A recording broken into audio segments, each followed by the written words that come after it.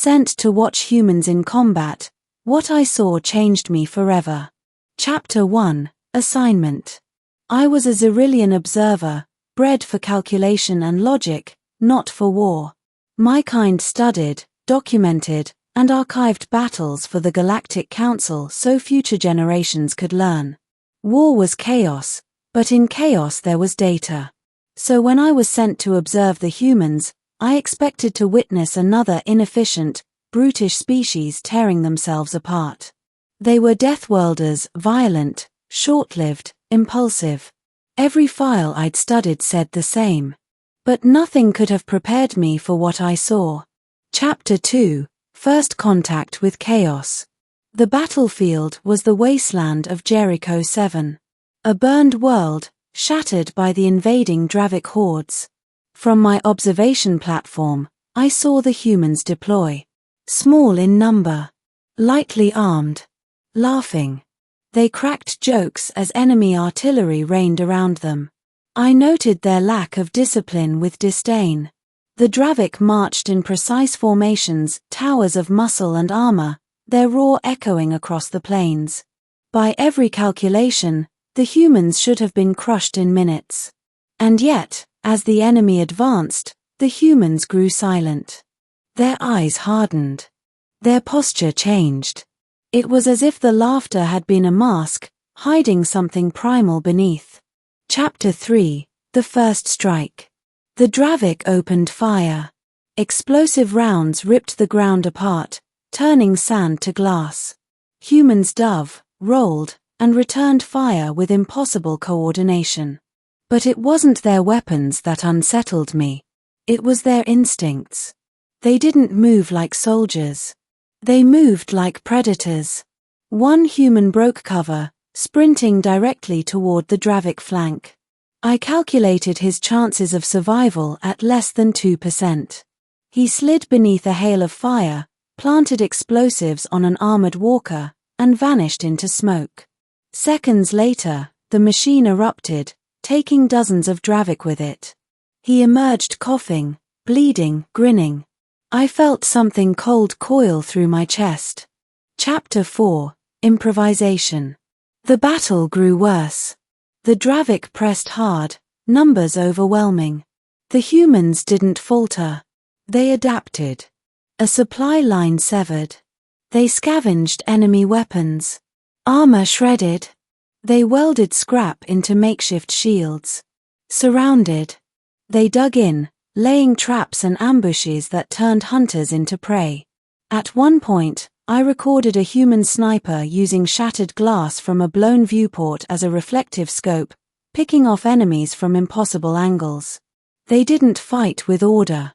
They fought with chaos, and the chaos worked. Chapter 5, Fearless.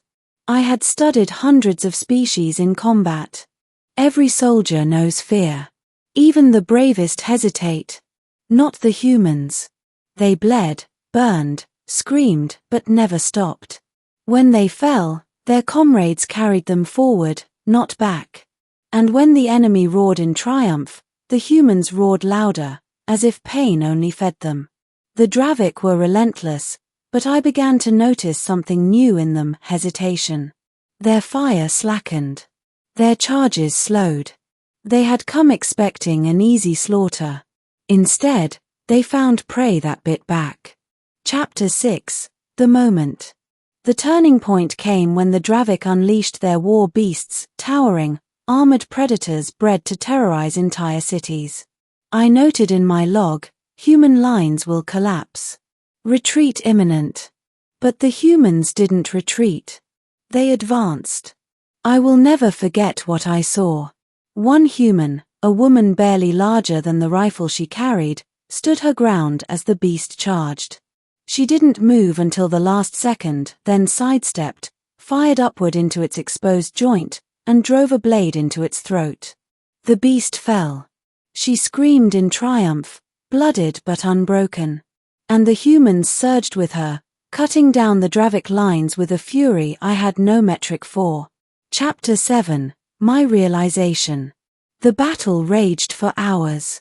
Against logic, against numbers, against reason, The humans won. When the smoke cleared, the Dravik retreated, leaving the plains littered with their dead.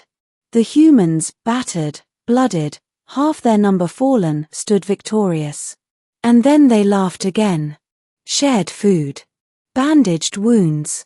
Sang songs as if the slaughter had been merely a test.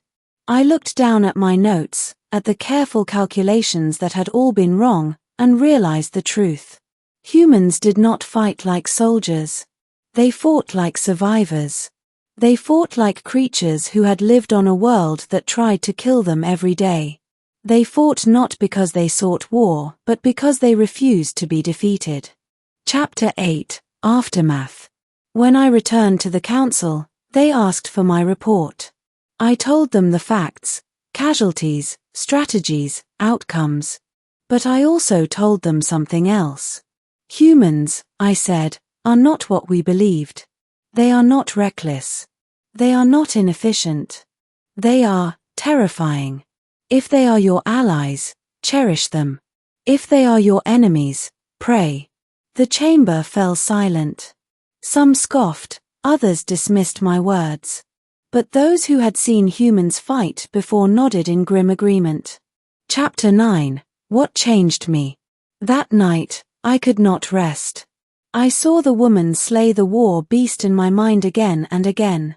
I saw the soldier rise from the smoke, laughing as fire consumed him.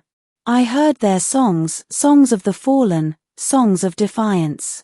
For the first time in my long life, I felt something I had never expected to feel about another species. Respect. And beneath that respect, something darker, fear. Chapter 10, The Legacy. I am a Xyrillian observer. My kind live centuries, our memories archived in crystalline vaults. Generations will study my reports. And when they do, they will read the words I now etch into the record. I was sent to watch humans in combat. What I saw changed me forever. They are not soldiers. They are not warriors. They are something older, deeper, more relentless. They are survivors.